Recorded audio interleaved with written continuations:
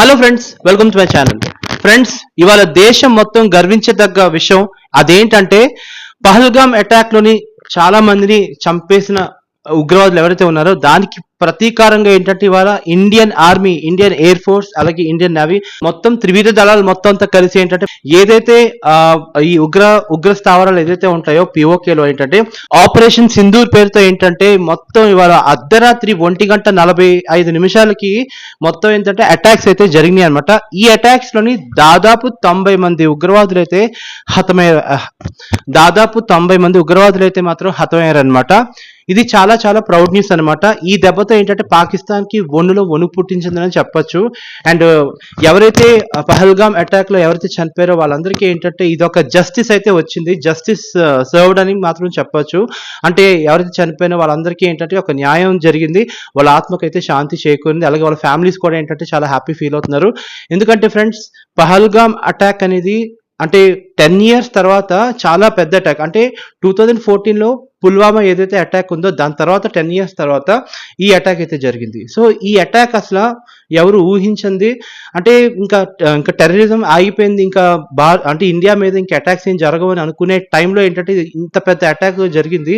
ఈ పహల్గామ్ అటాక్ మాత్రం ఎవరిని అసలు యాక్చువల్లీ ఏంటంటే ఈ అటాక్ని ఎవరు మర్చిపోరు.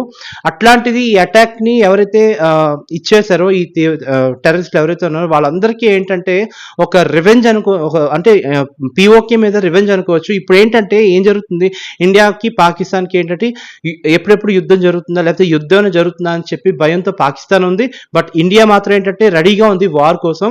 సో చూస్తూ వాళ్ళు ఏంటంటే May 7th మాక్ డ్రిల్ అని పేరు చెప్పి అసలు మోడీ గేమ్ ప్లాన్ అయితే మాత్రం సూపర్ అని చెప్పొచ్చు.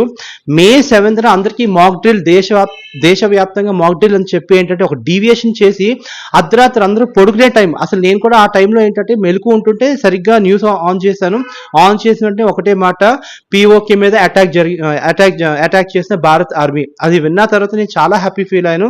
సో మొత్తానికి ఎవరైతే పహల్గామ్ టెర్రర్ అటాక్ లో ఎవరైతే టూరిస్టులు చనిపోయారో వాళ్ళందరికీ ఏంటంటే ఇది ఒక మంచి హ్యాపీ న్యూస్. వాళ్ళు కూడా చాలా ఆనందంగా ఫీల్ అవుతారు.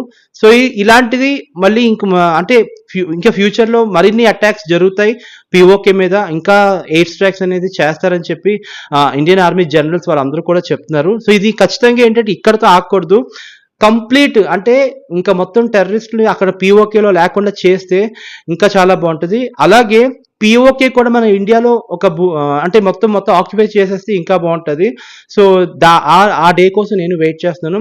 సో మరొకసారి ఇండియన్ ఆర్మీకి అలాగే భారతదేశం ఎవరైతే ఇండియన్ ఆర్మీ, ఇండియన్ నావీ ఎవరైతే ఉన్నారో త్రివిధ దళాలు ఎవరైతే ఉన్నారో వాళ్ళందరికీ ఏంటంటే హ్యాట్స్ ఆఫ్ చెప్తున్నాను అండ్ కంగ్రాచులేట్ యూ. అండ్ ఇంకా ముందు ఇంకా మరిన్ని మీరు ఇంకా అటాక్స్ చేసి ఇంకా అసలు అక్కడ ఆ ఏరియాలో తీవ్రవాదులు లేకుండా చేస్తారని చెప్పి నేను కేవీ టాక్స్ ఛానల్ తరపు నుంచి కోరుకుంటున్నాను. So that's all for today friends. ఇది ఇవాళ అప్డేట్స్. మరిన్ని అప్డేట్స్ కోసం నా ఛానల్ని సబ్స్క్రైబ్ చేయండి. నా ఛానల్ నేమ్ వచ్చేసరికి KV talks. Thank you so much. Bye.